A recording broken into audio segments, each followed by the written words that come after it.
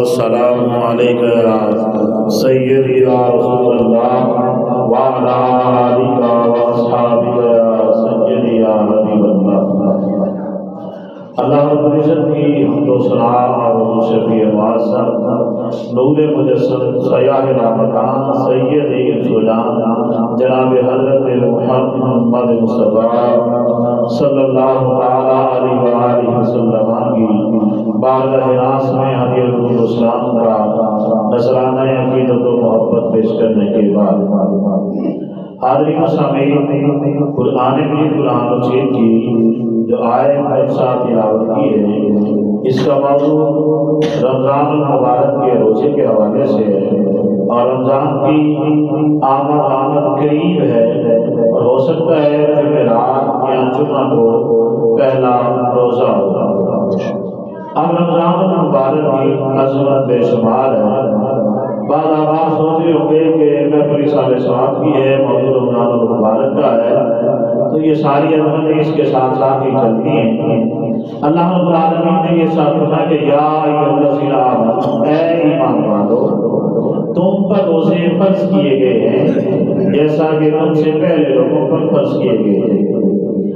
اب یہاں پر اللہ رب العالمین نے ایک شرط لگائی ہے اور وہ شرط ہے ایمان۔ اور اسی گھر بندہ جڑا قابل سمجھنے ہیں، جس قابل سمجھنے ہیں، وہ ڈیوٹی دے ذمہ لانے ہیں کہ فلانا کام ہے تو کرنا ہے، اے فلانا کام جڑا ہے فلانا بھرا کرے گا، یا فلانا کام جڑا ہے فلانا بندہ کرے گا۔ یہ اسی ڈیوٹیاں لانے ہیں اس قابل سمجھ کے، لیکن اللہ رب العالمین نے یہ ڈیوٹی جنہاں لوگوں کے ذمہ لانی سی پہلے انہاں دا تعارف کروایا۔ پہلے یہ دسیا کہ یہ جڑا کام میں جنہاں عطا کرن لگا وہ ہے کون؟ فرمایا یا ایھا الذین آمنوا، اے ایمان والو، تم پر روزے فرض کیے گئے ہیں جیسا کہ تم سے پہلے لوگوں پر فرض کیے گئے تھے۔ اب یہ نہیں کہ پہلے لوگ جو حضرت آدم علیہ السلام سے لے کر حضرت عیسیٰ علیہ السلام امت تک تھے، ان پر روزے فرض نہیں تھے، بلکہ ہر امت پر روزے فرض کیے گئے تھے، لیکن ان کا دور، ان کا حال، ان کا آغاز، ان کے روزے رکھنے کی کیفیت جدا جدا تھی۔ اب سب سے نرم کیفیت جو روزے کی ہے وہ محبوب کونین جناب حضرت محمد مصطفیٰ صلی اللہ علیہ وسلم کی امت پر ہے۔ اب روزہ جو ہے یہ فرض ہے اور فرض عین ہے کہ جو بندہ رکھے گا اسے اجر ملے گا اور جو نہیں رکھے گا اسے اجر نہیں ملے گا۔ اور روزہ ایک ایسی خالص بدنی عبادت ہے کہ جس کا صرف اور صرف بندے کو اور اس کے رب کو علم ہے، کسی دوسرے بندے کو اس کا علم ہے ہی نہیں، پتہ ہی نہیں، کوئی دوسرا یہ نہیں کہہ سکتا کہ اس کا روزہ ہے یا نہیں ہے۔ اور یہ خالص بدنی عبادت ہے اور اس کا تعلق بھی عبادت اسی قسم سے ہے۔ وہ کون سی قسم ہے؟ اسے کہتے ہیں عبادت بدنی، کیونکہ روزے کا تعلق انسان کے جسم کے ساتھ ہے۔ اب حکم آ گیا کہ انسان روزہ رکھے گا، اب سال گزر جائے جس مال پر اس کی زکوٰۃ دینا بھی فرض ہوتی ہے، لیکن انسانی جسم پر روزہ جو ہے یہ زکوٰۃ کی صورت میں آتا ہے کہ انسان روزہ رکھے گا جس کے جسم کی زکوٰۃ نکل جائے گی۔ اب بندہ بیماریوں میں بے شمار بیماریاں اسے عام لگتی ہیں، کہیں ہارٹ اٹیک ہے، کہیں فالج ہے، کہیں کینسر ہے، تو روزہ ان ساری بیماریوں کی دوا بھی ہے۔ اب بندہ جب روزہ رکھتا ہے تو بیماریاں دور ہوتی ہیں۔ ویسے تو حکم ہے، اگر ایک عام مثال لیتے ہیں، مشین ہی چل رہی ہو،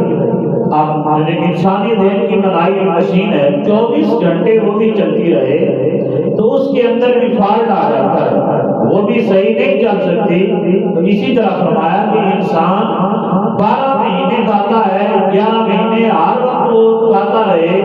پیٹ کو فرصت ہی نہ ملے، اس کا معدہ خالی ہی نہ رہے، تو وہ کام کیسے کرے گا، ورزش کیسے کرے گا، جس کی وجہ سے اس کے اعضاء کمزور پڑ جاتے ہیں، بیماریاں جو ہیں وہ لگنا شروع ہو جاتی ہیں، اور فرمایا کہ ماہ رمضان المبارک جب بندہ روزہ رکھے گا اپنے معدے کو کیا کرے گا، ریسٹ دے گا، تھوڑا سا آرام دے گا، تو پھر وہ ورکنگ کرے گا۔ اس کے جو نیوران ہیں جسے ہم سائنسی زبان میں نیوران کہتے ہیں، اب اس کی مختلف چیزیں ہیں، اب اس تک ہم نہیں جاتے کہ اب وہ طاقتور ہوتی ہیں۔ جب انسانی جسم کو معدہ خالی ہوتا ہے تو وہ پھر طاقتور ہوتی ہیں۔ اب اس پر سائنسی نقطہ نظر جو ہے وہ یہ ہے کہ سب سے خطرناک بیماری جو ہے وہ کینسر اور فالج ہے۔ تو جب بندے کا معدہ خالی ہوتا ہے تو نیوران طاقتور ہوتے ہیں، اور جو خون کے لوتھڑے بنتے ہیں، جو خون جمتا ہے، اب نیوران ان خون کی نالیوں سے ان لوتھڑوں کو توڑنا شروع کرتے ہیں، اور انسانی جسم جو فالج کی صورت میں مفلوج ہوتا ہے وہ مفلوج شدہ جسم اب تندرست ہونا شروع ہو جاتا ہے۔ اب یہ روزے کی برکتیں ہیں، ماہ رمضان المبارک کی برکتیں ہیں، لیکن آج ہمارا یہ حال ہے کہ ہم کہتے ہیں کہ میں فلان کام کرنے جا رہا ہوں، میں روزہ نہیں رکھ سکتا، میں نے چارہ کاٹنا ہے، میں نے فلان جگہ پہ کام کرنا ہے، میں نے مستری کے ساتھ دہاڑی لگانی ہے، روزہ نہیں رکھ سکتا۔ اب جب روزہ فرض ہوا تھا تو اس وقت حکم یہ تھا کہ بندہ آج مغرب کے وقت جب افطاری کا ٹائم ہونا ہے اس وقت اس نے افطاری کرنی ہے، اور اسی کے وقت سحری بھی کرنی ہے۔ شروع میں یہ حکم تھا کہ مغرب سے لے کر عشاء تک ہی افطاری ہے، اور اسی کے ساتھ پھر آگے کا روزہ بھی شروع ہو جاتا تھا۔ اور اس دوران اگر بندہ سو جاتا تھا تو وہ دوبارہ کھانا بھی نہیں کھا سکتا تھا، یوں ہی سمجھ لیجیے کہ آگے 8 وقت کھانا جو ہے جو پہلے کا کھایا اسی سے آگے کے روزہ جو ہے وہ بھی شروع ہو جاتا تھا۔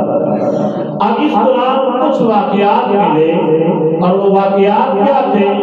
ایک صحابی حضور کی بارگاہ میں اس کا واقعہ آتا ہے، اب وہ سارا دن کھیتوں میں کام کرتے ہیں، ہل چلاتے ہیں، اور جب شام کا وقت ہوا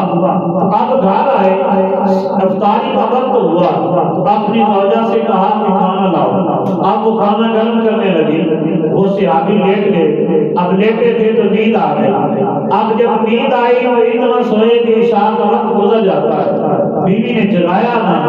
اب جب دیر ہوئی تو اگلا روزہ بھی وہیں سے شروع کر لیا۔ اب اگلا روزہ جب رکھا، اگلا دن آیا، ظہر کا وقت آیا، وہ کھیتوں میں ہل چلا رہے ہیں تو وہاں بے ہوش ہو کے گر پڑتے ہیں۔ اب یہ واقعہ بھی سرکار کی بارگاہ میں آیا، اور دوسرا حضرت عمر کا واقعہ حضور کی بارگاہ میں آیا۔